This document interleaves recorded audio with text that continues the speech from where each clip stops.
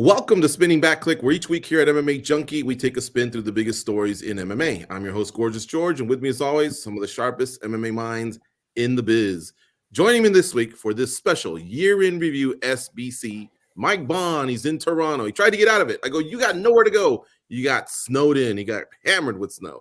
Goes from MMA Junkie Radio here in Las Vegas via the mean streets of Santa Ana, California. The Boston shot caller. He's back. That's Nolan King right there. The New England cartel asked him about moves to make. Kamikaze, he's on the ones and twos. Let's get to it. All right, gentlemen, 2022 was epic in many ways with multiple new champions, some notable retirements, and lots of controversy. As they say, these things happen in MMA. The UFC clearly led the way, as they have for about the past 15 years. However, we also have to commend Bellator, PFL, and One Championship for their contributions as well. Bellator had has many ranked fighters on their roster, and their Grand Prix always elevate the weight classes involved. PFL debuted its Challenger Series and also made a splash into pay-per-view. One Championship keeps it fresh with those hybrid cards, sometimes hybrid rules. And how about the fact that we can catch them on Amazon Prime?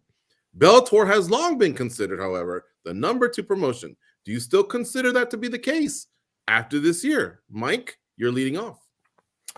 I think it's less clear than ever.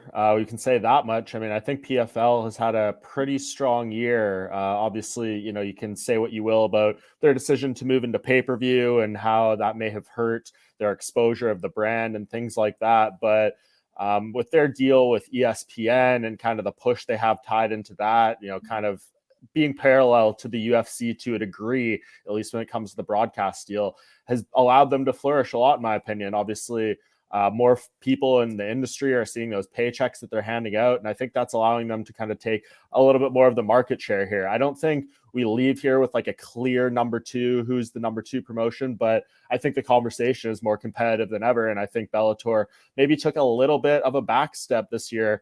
The Showtime thing, in theory, it seems like a great platform and significant for them, but it limits their market audience a lot, especially in the United States. Up here in Canada, it's awesome for us. It's free on YouTube, extremely easy to find. You can watch on any device, don't have to pay. So it's great in that regard. But how much is that doing for kind of the notoriety of the brand and, getting new eyes on it and all that kind of stuff? So I would say, if you look at all the promotions outside of the UFC, I would probably say PFL had the best year. I know as far as their fighters themselves, Kayla Harrison losing in many ways, not ideal, but in many ways it is too. It gives them a big storyline to attach themselves to moving forward and something really intriguing to kind of parlay into their 2023 season. So I think this was a win if you're on the PFL side looking at this year, and the rest in a lot of ways, all those things you mentioned, George, very important. They more so stood pat, in my opinion. So a big year for PFL. I'm giving them kind of high grades coming out of 2022. So if anything, Mike, you're saying the gap was just closed even on Bellator. Yeah, I think so. And I think it's now more so of a conversation. I mean, of course, you'll talk to different people and they have, their allegiances and their thoughts and their feelings on who the number 2 is. But I think if you asked at the beginning of this year, if we did this, same conversation at the same time last year, I would probably have a lot more positive things to say about Bellator. Not that I'm trying to be negative towards them here, but I think it's more just being positive to what PFL did. Yep, and Bellator has always said, hey, us pushing the UFC is going to make the UFC better. It's going to make both promotions better. They got to remember the same will be applied to them by the other promotions that push them. How about you, Nolan? How do you have them ranked, or were gaps closed?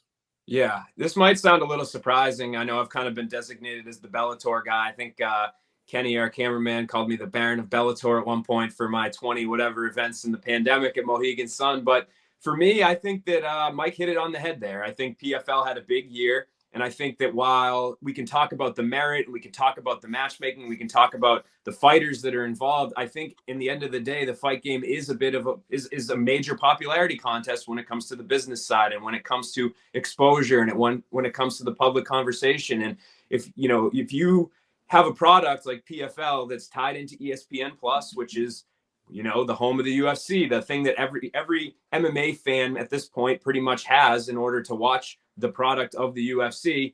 They don't have to pay any extra money to see PFL. Sometimes it's on ESPN on regular, ESPN programming.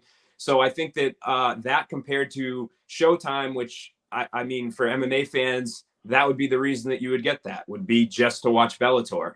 So I think that that's obviously a big problem. And I think it's also limited the number of events that they're doing, which granted, now they are deeper. Now you're starting to see events where from top to bottom, it's rostered guys, whereas before you would have all these local ticket sellers, et cetera, et cetera. So I think the product of Bellator, I would argue, has never been better in terms of the types of fights and the merit-based matchmaking system and the rankings and everything like that. I would argue is some of the better fights they've ever put on. But on the flip side, if nobody's able, or half the audience isn't able to see those fights because they don't want to shell up the $10 or whatever it is a month, I do think that hurts. And I think that it's hurt them in other ways too, with scheduling events, like not giving enough lead time on when these dates and events are going to happen. I mean, hell, we're rounding around to 2023 right now, and I believe that they have 2 events next year that we know about. So I think there's a number of different issues that have come with the Showtime deal, despite the legitimacy that it brings. I think PFL had a great year, and B, they're just so much more easily accessible for MMA fans. I mean, how can you work around that? That's just such a foundational, attribute that you need for a promotion in order to succeed. People watching it. Yeah, and you know what's bizarre is Strikeforce on Showtime was huge, but I'm also thinking back. It also kind of paralleled at the same time that Mayweather was big on Showtime. Boxing was big on Showtime. So as a combat sport, you just enthusiasts, you had to have Showtime.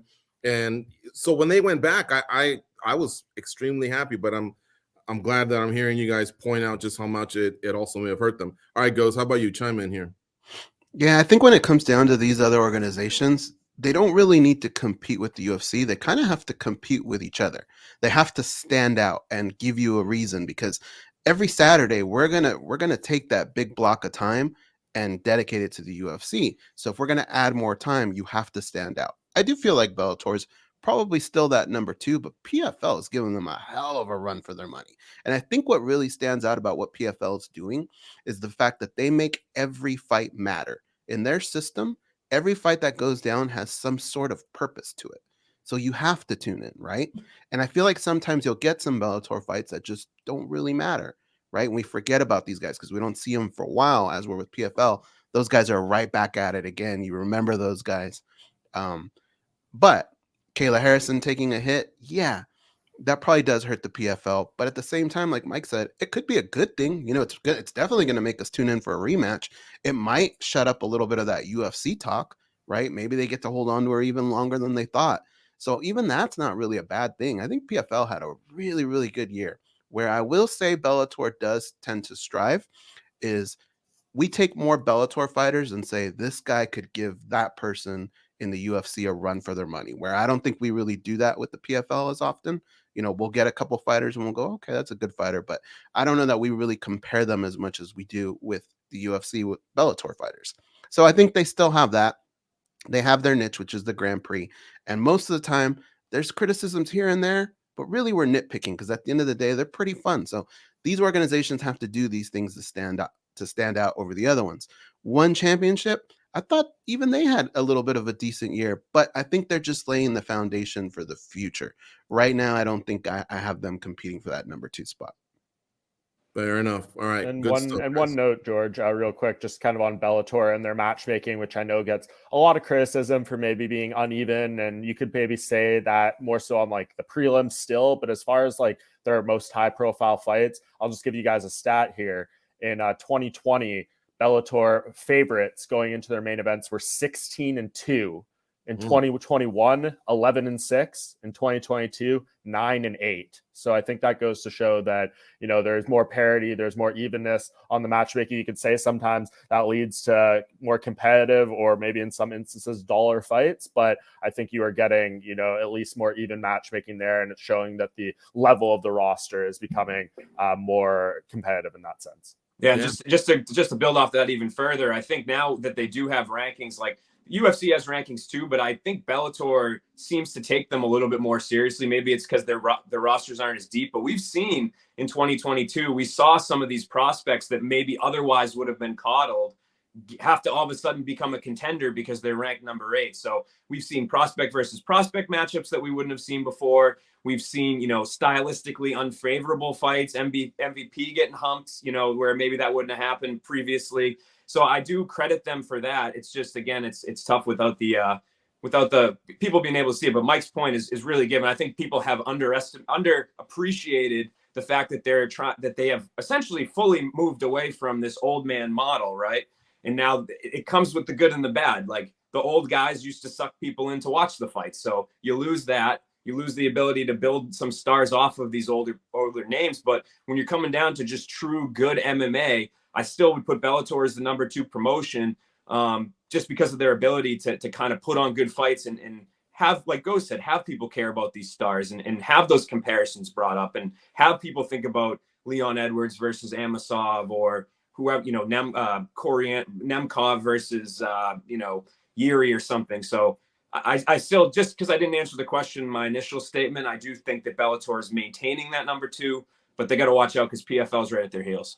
And they're poised for a big year as well. I mean, starting the year off on CBS is huge for Bellator. And I don't know what that network television platform means in 2023 compared to, say, 2009 or something when, it happened with Strikeforce, but that's obviously still a significant step for them and an opportunity to really take a stranglehold next year.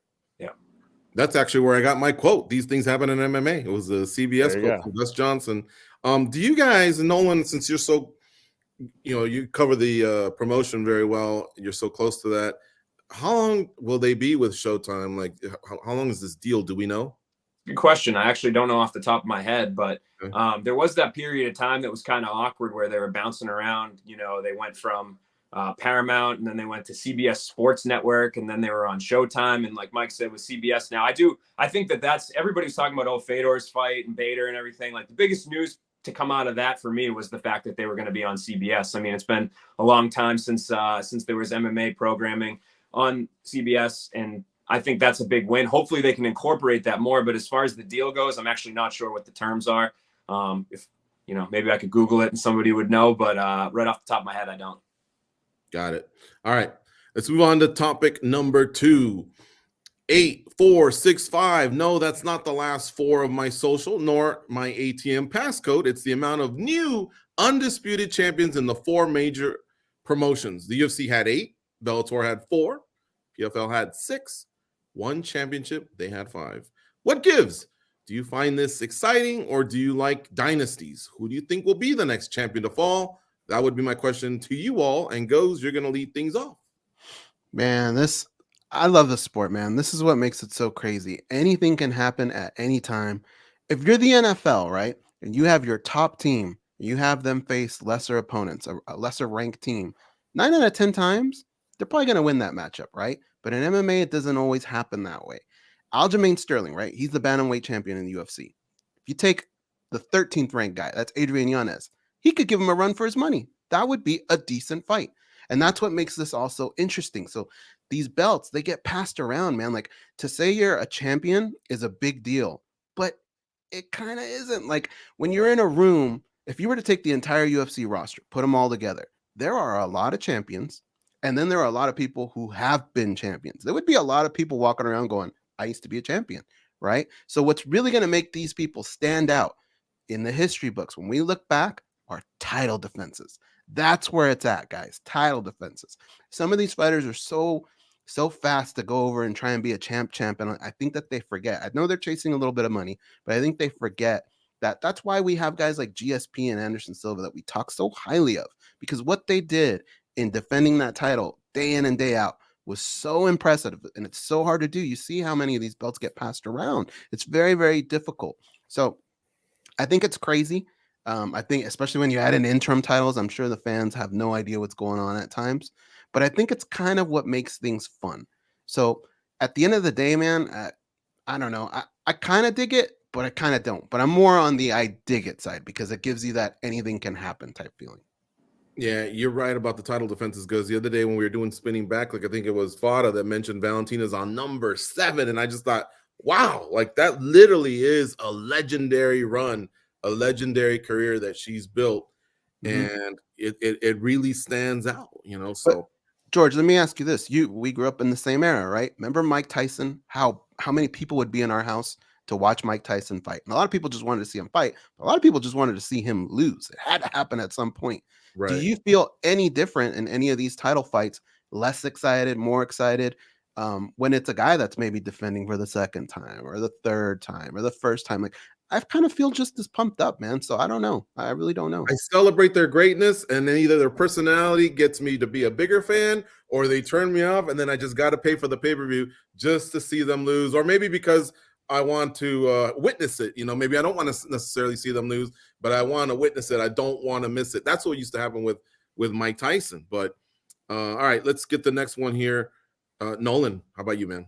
Yeah, I feel like to me, that phenomenon you just talked about was a big, portion of my interest in getting into this sport, was tuning in to see if somebody could beat Anderson Silva, tuning in to see if somebody could beat George St. Pierre, tuning in to see if somebody could beat John Jones, tuning in to see if somebody could beat Jose Aldo. There was that stretch of time where it was almost like every single division had a reigning champion that was just unbeatable or seemingly unbeatable, or just that was a cool era. And for me, we don't necessarily have that anymore. I think part of that I attribute to just the sport as a whole getting better. And I also think that there's more athletes, the pool's bigger, there's more styles make fights, obviously. So there's kind of a round robin effect too, where I think more so now than ever, we see certain divisions where there's maybe, somebody in the top three, each person has the number stylistically of somebody else there. So there's, maybe no clear front runner as to who the best fighter in that division. I mean, look at Israel Adesanya, Alex Pereira, and Robert Whittaker right now. Like, Izzy's kind of got Rob's number, but somebody the other day was talking about what if Rob and Alex fought. And for me, I would probably lean towards Whittaker. So I think that there's a number of different things that have changed over time that doesn't allow for these champions to be as dominant. I think there were certain fighters that were ahead of their time. There were certain fighters that had figured out how to train at a level past the point of what we thought was possible in MMA. So now that everybody's kind of competing, they have equal access to things like the UFC Performance Institute, and there's so much science behind that goes on. And maybe the money, as much as fighter pay, isn't what we think it should be. It is better. It does allow for these athletes to utilize these resources that weren't previously available. I think there's a number of different reasons, but it is fascinating to see how the sport's changed in that regard. I don't know if it's good or bad or in between, but for me personally, having those dominant champions was something that I always appreciated. It always added an extra wrinkle of fun into the mix when it was mind blowing to see Anderson Silva go down, moments like that. So we'll see what happens. Maybe it's just the trend that the sport's on for now, but I honestly, looking at how strong some of these divisions are, I think we're going to be talking about something similar in 2023. I remember being there, Nolan King. Ray Longo tells Chris Wyman, put a hole in his fucking chest. Of course, it was some lazy little left hand, I think, that clipped him, that got him. But yeah, thank you for taking me through memory lane. How about you, Mike Bond? Are you a dynasty guy, or do you like this little carousel of champs? I think it's a mixed bag, and that's what makes the sport so great. I mean, I think the days of having multiple long-term champions are probably largely behind us, and the ones that are able to do it, that just shows why they're so special. I mean, I think Nolan and Goes hit it pretty well. Like, the level of the sport is just rising to a point where it's so difficult to be able to beat these guys or girls night after night, the ones who are preparing a lifetime for that moment. You are, say, like a Kamaru Usman, who's, the latest long-term champion, or Izzy, who went down. Like, the opponents challenging them are preparing for them for how many years for that exact style. Alex Pereira knew he was probably going to fight Israel Adesanya at some point, and probably had in the back of his mind for every training camp, for every training session, let's incorporate some things to take down the dominant champ.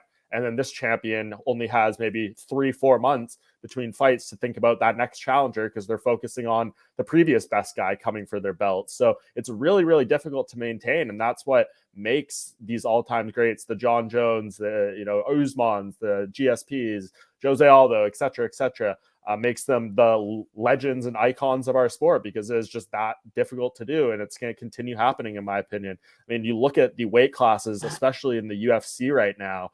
I actually was on like a year-end similar kind of podcast with Aaron Bronstetter for TSN and a few of the other notable journalists from other outlets, and we were told to give our predictions for the champion for each weight class at the end of 2023. And outside of like 3 of them, one of them being like Amanda Nunes at featherweight, which is of course like a lock, like I didn't have extreme confidence. I was like, hey, it could be 2-3 guys. Can you tell me who is going to be the light heavyweight champion at the end of 2023? There's like 6 potential options the way this thing is playing out. So I think it's good for the sport in a lot of ways.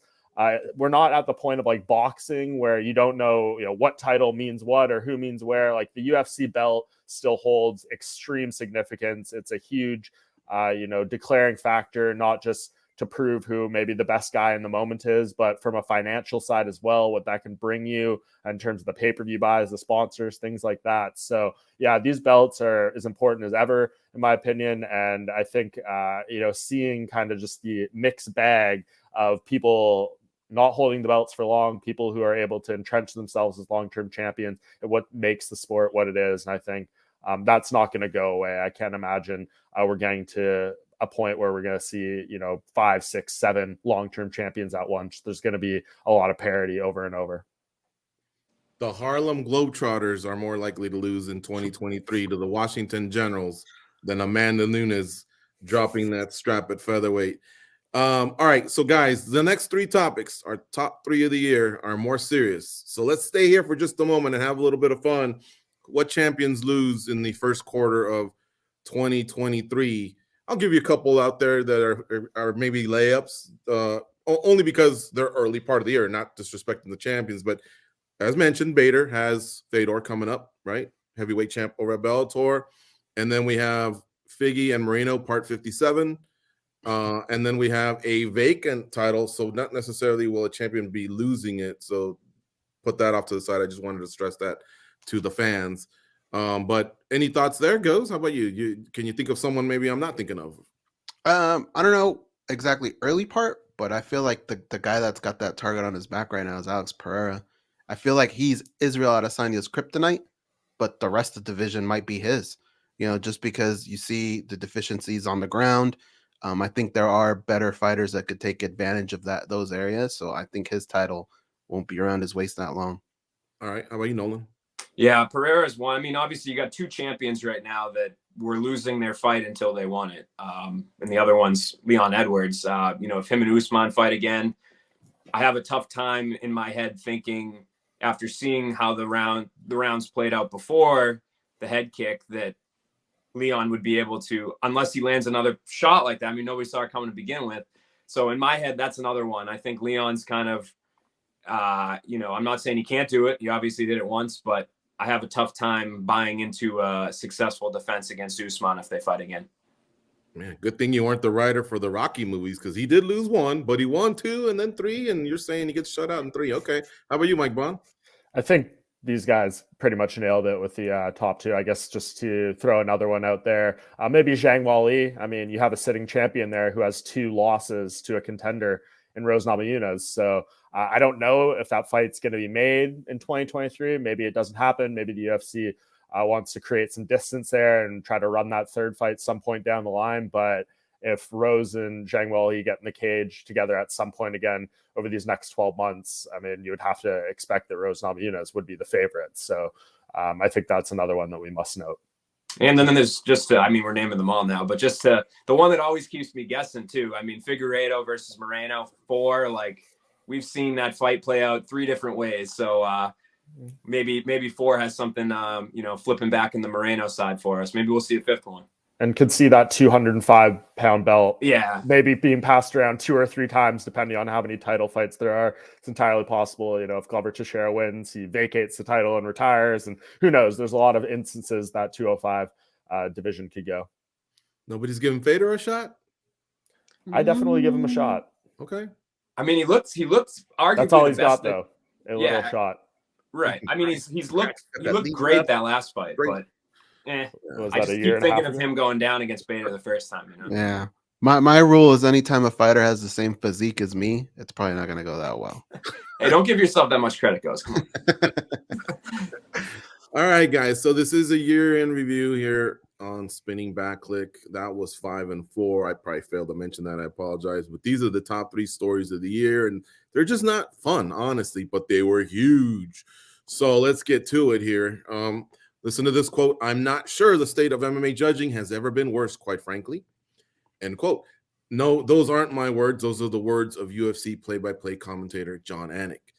And every so often, we're reminded why by some of these controversial scorecards as to why this judging is so poor. That was the case a few weeks ago on back-to-back nights at Bellator 289 and UFC 282, with a huge spotlight on longtime judge Doug Crosby.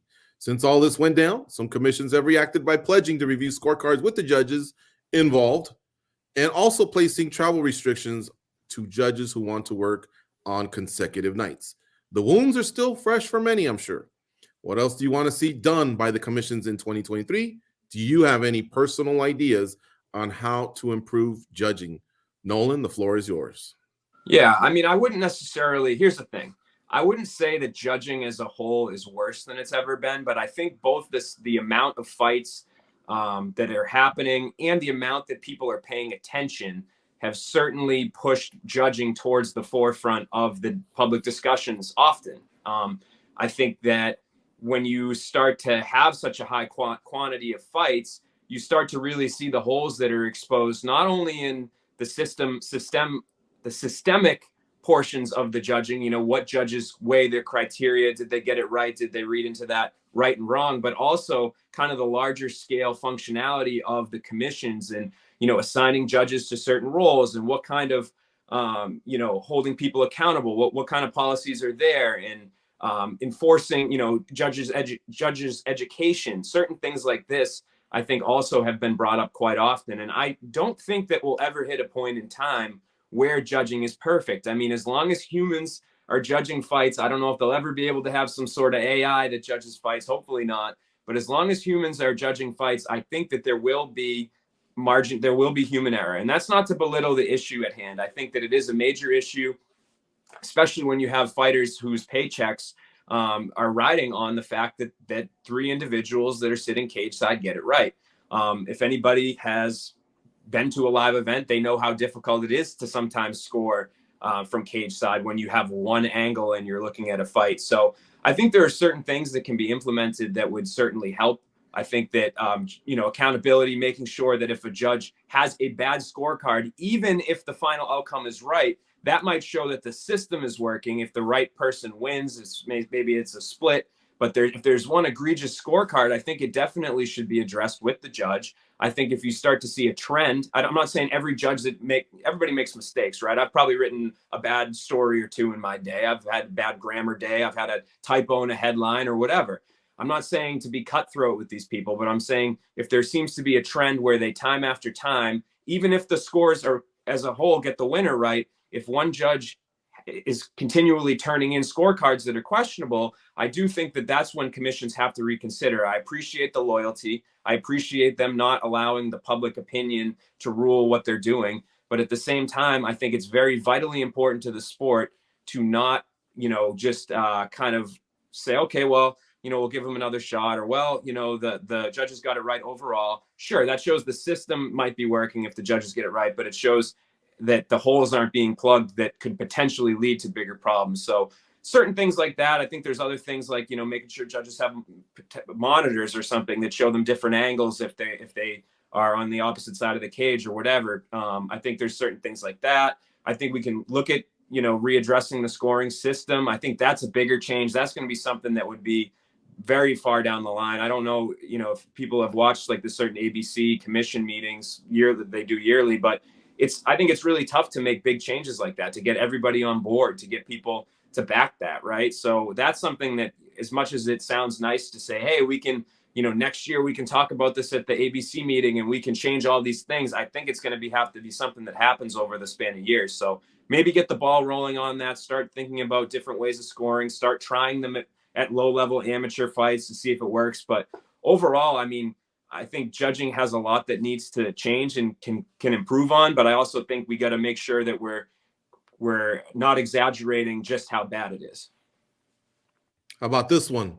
What if the judges got show money and then good scorecard bonus, similar to the fighters. Well, Right? That's a big part of bit. it too, is that the pay for judges is not great. Like, even if you sit on those commission calls, like, the boxing judges and referees get paid significantly more than MMA judges and referees do. I'm not exactly 100% sure why that is, but that's the way that it is. And so for certain policies to be implemented, like these travel restrictions, which I agree with to a certain degree, just want to make sure that it's not harming the amount of judges and the pool of judges that they're going to have, because I don't think there's a ton of these people to go around. There's a certain amount of events. There's a certain amount of judges that have had high level experience. There's commissions around the United States and beyond that are holding events every weekend. So I think there's just a number of different things in the culture that kind of set it up to fail too. That's like a whole nother level that we could talk about for an hour. Mm-hmm. All right, Mike Bond, we don't have an hour, but let's hear your thoughts on this topic. I thoroughly agree with the last point that Nolan made there about the pay. I mean, I know it's been said in some interviews by some fighters. I think Anthony Smith recently did one with Ariel Helwani where he's like, these judges get to sit back with no accountability and their cushy paychecks, and it's like they're not really getting cushy paychecks. Like, it's not something that is a massive motivator. And if you have that dangling over your head, you're losing all this money if you're not doing your job correctly. Maybe that's more of an incentive to do it properly. But talking about judging as a whole, I mean, we're not going to sit here and propose complete overhauls to the system that would take every single commission voting in individually to actually implement, and overhauls to the unified rules and things like that. Like, that's not going to happen anytime soon. So we have to focus on what can we do here and now to try to impact judging in a beneficial way. And I think it mostly comes down to accountability, right? Like, we need these people to be held accountable to the scorecards they're putting out there. They shouldn't just be able to dip in the back door, judge a couple fights, maybe give in some questionable cards, and then get out of there without talking to anyone. And I've said this a few times now, perhaps even on this platform already, like covering the NBA, as I occasionally do. At the end of games, they're allowed to send a pool reporter into the locker rooms, and that's one person that represents the media corp as a whole. They come up with 3 to 5 questions collectively that's maybe on a questionable call at the end of the game, or why this person was thrown out of the game, or a technical foul, whatever it may be. And those referees will give the answer, and they'll be on their way. The media can take that back. They'll all have access to that Q&A, and then they can go forward. And you might not like the answer sometime, you may disagree with it, but at least they're putting forward their thoughts and why they're putting this out there and why they're scoring, making a decision the way they are. And I'd love to hear that the same way from the judges. Maybe you don't need to speak to all 3 of them, but if we could get some sort of explanation or accountability, maybe that would help the greater world understand why they're looking at these fights the way that they do. And the commission, them saying, we're going to talk to Douglas Crosby, we're going to review this fight, like, that's great in theory, but if we don't get to hear anything about it, what does it even matter? If they're all handling it internally, it doesn't benefit the fighters to know what to look for when this person's judging their fight, or the media to understand, or fans, whatever the case may be. So that's something I'd really like to see happen. I don't know how likely it is. Maybe we'll have, some progressive commissions like California be willing to take some of those steps. But right now, I don't have a whole lot of confidence that things are going to change. And that's, hugely disappointing, because everyone in the industry deserves a lot better than to have, not know what you're going into a fight and what you're doing right or wrong, or how this person may be scoring a fight like this. And, when you look back at this year, there's not a ton of like insanely egregious decisions. There's been a lot of other years where it's been a lot worse. We're going to be doing awards coming out for like robbery of the year, and it's a pretty short list. And I think, maybe Paddy Pimblett versus Jared Gordon is up there, and that's pretty much debated over how you went with one round. So, like, these fights, as we talked about in the previous topic, the sport is elevating in such a high level that some of these fights are legitimately so close. And that's why I always say, like, a close fight is not a robbery in the majority of cases, but sometimes it is, sometimes it's really bad, but sometimes we're just talking about such thin margins. And that's why, if you want to bring up different types of scoring criteria, the half point system, different things like that, yeah, we could go into all that. We're not going to here, but like, the way that the system is set up, it's not giving a massive, scale to judge what is a close fight and what is a, relatively close fight or definitively close fight, whatever the case may be. So there's a lot of problems with that. But if I could make, one hope, one push, one plead, to the commissions and to the judges. Let's just get some more accountability for everyone. Love it. Great stuff, Mike. And thank you for pointing out that 2022, we did go from had long spells of not even bringing up controversial scores or anything like that. But one positive that has come out of what happened the last few weeks is at least we got the commission's attention. All right. How about you guys? What are your thoughts here? I actually love Mike's idea. I love that happens in other sports, although I'd like to see what happened in the Commanders game because that dude got bear hugged, right? That didn't make any sense. Interference all the way. Oh, that was a horrible call. But it would be nice to get answers as to why things were called a certain way. And I think that's a pretty easy fix. Something like that should probably happen. So I love that. But I think that's the point, man, is we've had this conversation every year for like the last 10 years. And I don't know that we felt like there's been much change. So things have to happen. All these things that get thrown out need to start getting debunked, right? Open scoring. We've seen it in Invicta. Okay, let's try something, right? Let's have fighters be judges, although that can have holes poked in it too. They have their biases, right? Some like wrestling, some like Brazilian jiu-jitsu better, some like striking. You're always going to have your problems, but I feel like we need to start implementing things, start trying them.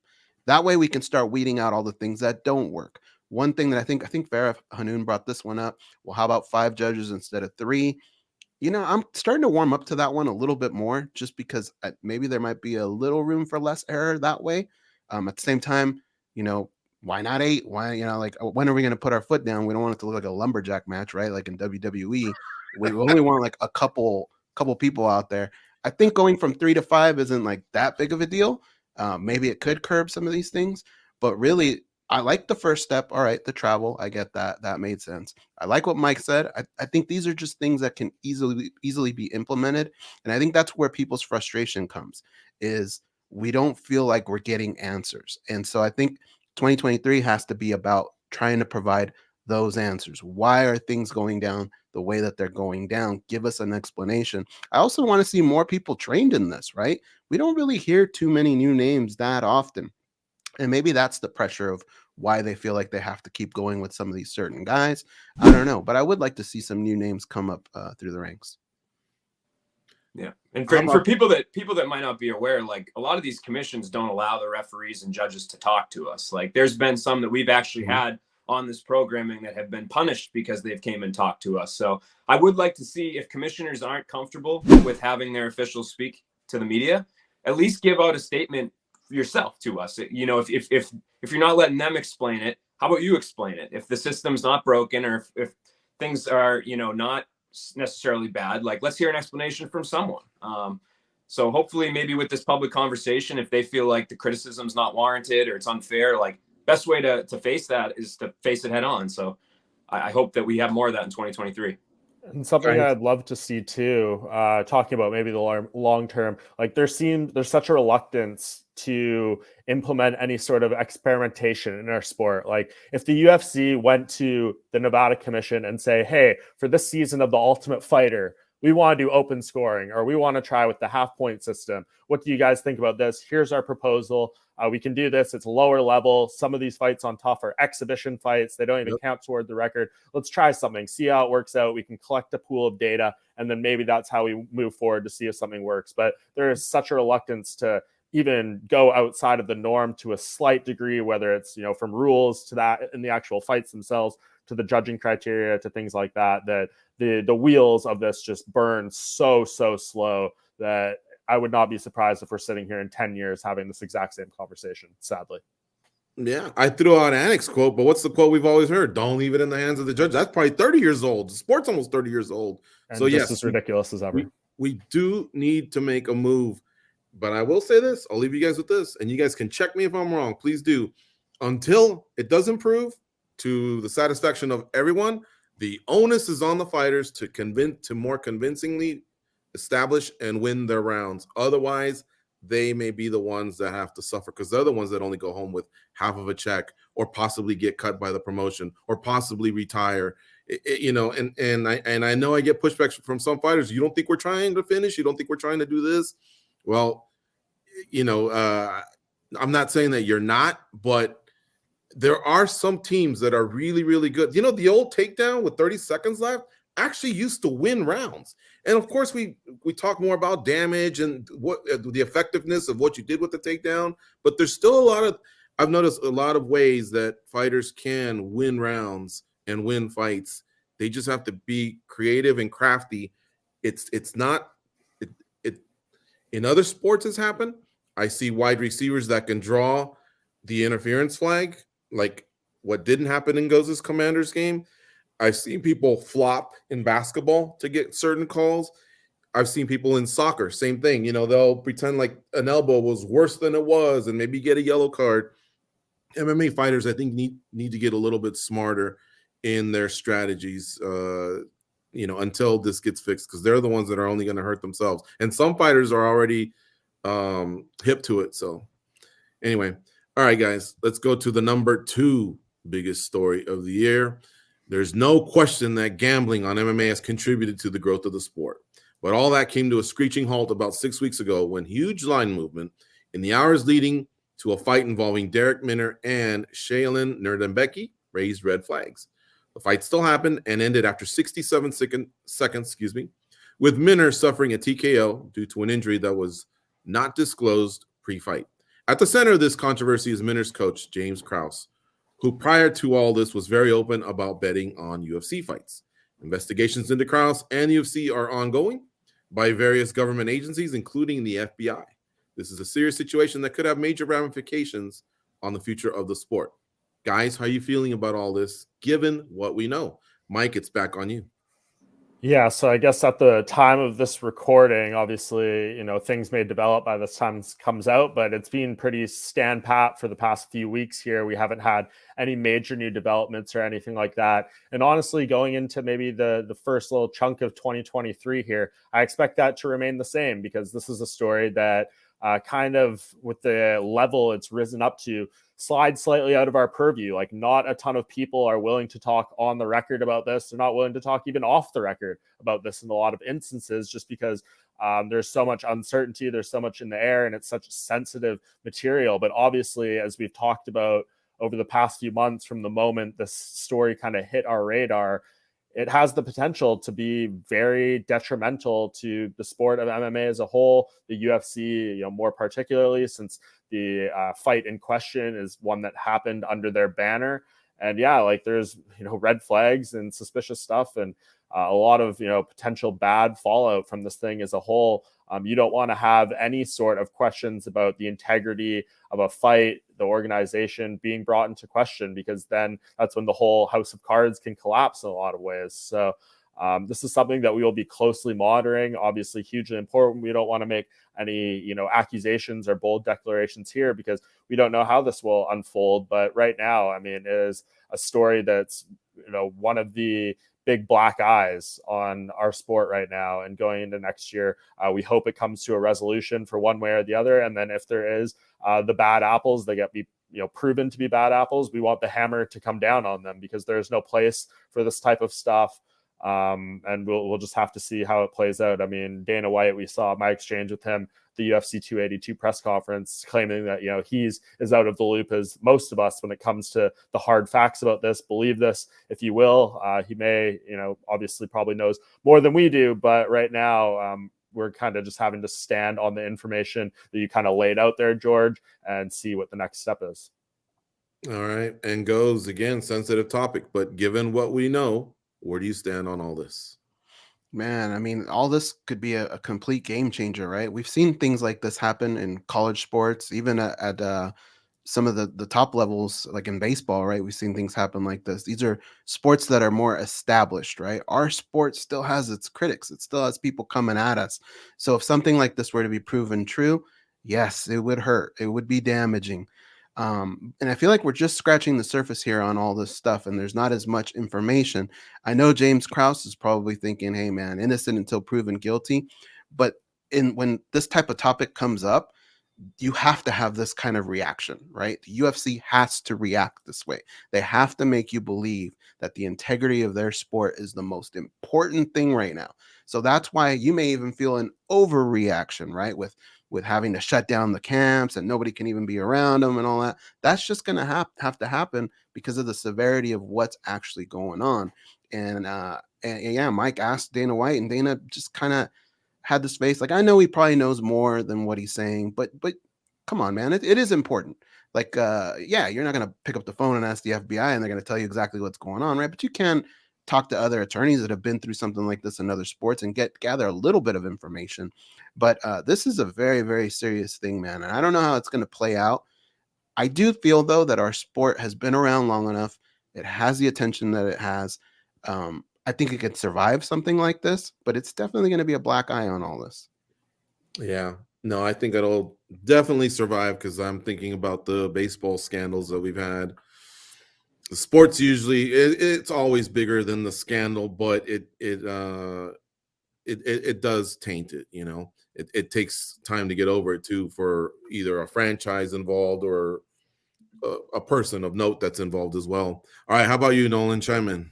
Yeah, I mean, these guys pretty much said most of what I would say as well. I think it was a massive story. I think it was obviously uncharted territory. I think we're kind of left with more questions than answers at this point. But obviously, with the statements that have come out, this is very serious. This is something that is not being taken lightly. I think that we wouldn't have gotten those sort of statements if they thought that this could be brushed off or that it would be nothing or just a nothing burger. And I'll say that one thing I can speak on, just because we don't know all the details of everything else, is I think that this will be a cultural change for MMA. I think that fighters, coaches, managers, whoever are certainly going to triple think placing bets on anything going forward.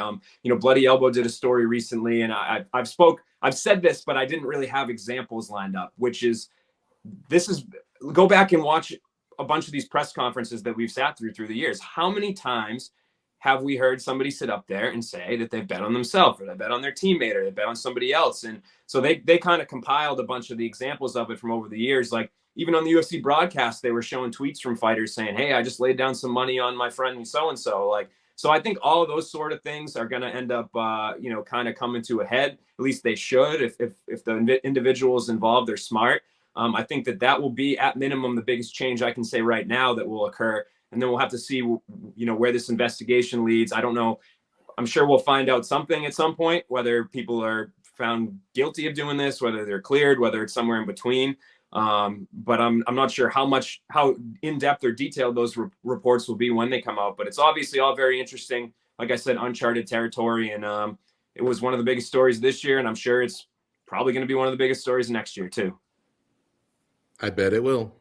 All right, but we got to move on to the number one story of 2022.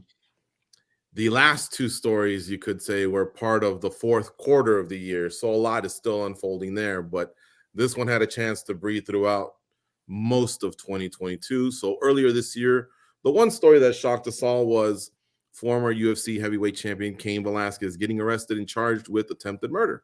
That was one of many charges, by the way. Velasquez was enraged after a man who had allegedly sexually assaulted his son was allowed to leave jail and be confined to house arrest until his subsequent hearings. A few weeks ago, after 253 days in jail, Velasquez was allowed to return home under electronic device supervision until his case is tried. Again, this one rocked the sport all year. It was a lot to take in. So how do you feel about everything that has transpired, and will it affect the way you view Velasquez? All right, Goes, we're coming to you now. Yeah, man, this is a story that's just been going on all year, and I feel like even next year we're going to be talking about this probably at the end of the year. First of all, mad props to Nolan King for the way he's covered this. A lot of knowledge coming out of that, and we appreciate all the hard work he's done. But when you look at the situation, we're all going to have different opinions of what we would have done in this situation, and people tend to share that and they love that. It's going to differ from person to person, but what doesn't differ is the law, right?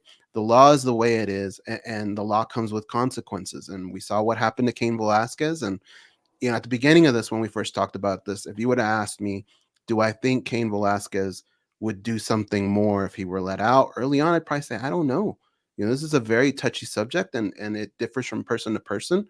But I will say that after the time he spent in jail, if you were to ask me that question now, I I would feel pretty good about saying no. I don't think Cain Velasquez will be an issue going forward. I think that time served has a purpose, right? It kept him away from his family, and I think he saw the value in that. So I don't think it'll be a problem going forward. But you know, the justice system is the way it is, man, and more things are going to come out. More of this is going to play out. The one thing that I hope for sure is that Cain Velasquez, like as big as the sport has gotten, it still goes back to its roots. It's very tight knit, and the support that came out for him from different fighters was pretty damn huge. And I hope he can appreciate that, and I hope the best for him and his family going forward. Good stuff goes. Mike, this was a tough one. You know, you've probably covered Cain Velasquez's career right about when you started, through his heyday, through now. So let's hear your thoughts. Obviously, yeah, like just so unsuspected when it happens, right? Like Cain Velasquez seems like such a gentle giant. Anytime you get the chance to speak with him, very soft spoken, and seems like a humble, down to earth kind of guy. And so it was pretty shocking when this came out. And want to go off what Go says there. You know, major credit to Nolan for the way he's covered this story. I know, you know, being on these calls and sitting through these court hearings, it's not pleasant, fun stuff, right? Like this isn't, I'm sure, what he had in mind when he was getting into MMA journalism and, you know, wanting to watch fights and talk about fighters and stuff like this. But it's part of the world we live in. Crazy things happen. And yeah, without like trying to sit here and draw like a hard line on how I feel about whether Cain's actions were justified in, you know, the court of law or from a human level, that's all stuff that has kind of been, you know, hashed out, and everyone will have their individual feelings on. But yeah, I mean, it seems like the guy just made a, you know, absolutely crucial mistake, and you know, from the way it's looking, he'll probably have to pay for it for some degree. He obviously already has. And yeah, like a huge storyline for us, you know, former UFC heavyweight champion being involved in a case like this. There's nothing really like it that's ever happened in the history of our sport here. So it's something that deserves all the attention it's got and needs to be talked about and followed. And yeah, in my opinion, rightfully the number one story of the year, just because, you know, of how big of a name Cain is and the profile he had in. And yeah, you, as Goes kind of said, you see the support he's had from the industry and, you know, people in his personal life and things like that. And you're glad that he has that type of at least comfort and things like that. You know, as he's sitting in a jail cell, and thankfully, you know, he is out now and able to spend time with his family. We'll see how long that lasts or whatever the case may be when this thing is resolved.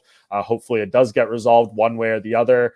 So Cain Velasquez can have clarity about his future sooner than later. His family can know what to expect, you know, and they can adjust their lives accordingly going forward. But yeah, this was just one that was really hard to palate over the course of the years. You get updates, and, you know, a lot of them negative about kind of his future, and, you know, at least kind of capped off with him being able to get out and be able to put himself back in a pro wrestling thing and do something with, we know he's very passionate about, at least in this difficult time in his life. So all I can hope for is that one way or the other, whatever your opinion of justice being served, here it is, and you know, everyone involved can kind of move on with their lives. Good stuff, Mike. And that is our year end. No, I'm just kidding. How could we leave out Nolan King? I also want to take the time, Nolan, to praise you for the work that you did. It was outstanding. I'm glad you even got to go watch a pro wrestling show out of it. But please finish strong here with you know, your thoughts. You are behind the scenes. You were up close, fingers on the pulse. Tell us about this story that you covered excellently for us. Yeah, well, thanks, guys. I appreciate that. It's been, like Mike said, it's been kind of a learning curve for me, and it's been a more difficult, heavy topic than who's going to fight who next. But you know, it's, people ask me all the time what I think is going to happen. What, you know, can he get off? Will he get out? How long will he serve? Whatever. And I'm not a legal expert, so I won't necessarily speak on that. I don't think it would be fair one way or another, or really to my reporting to do that. But I will say there are certain aspects of this that I feel comfortable stating kind of as a fact. And one of that is, this has just been an extremely, I think, powerful experience for everybody that's involved one way or another, regardless of what happened or how it happened. Like, just the impact that this is going to have on people's that are involved's lives forever cannot be underestimated. And I just think that this story has been surprising, to say the least. I think it was something that when that mugshot of Cain came out back in February, and he looked like he had a little bit of a smirk on his face, and we had heard that he was, a suspect in a shooting or whatever the exact phrase was that they used. I don't think we even really could comprehend, take that initial shock of him being involved, but then for what allegedly happened, why it allegedly happened, him being incarcerated for so long, him getting denied bail over and over and over again, like Groundhog's Day, to the point that I think we all sat there and like, oh, here we go again. And then he gets out,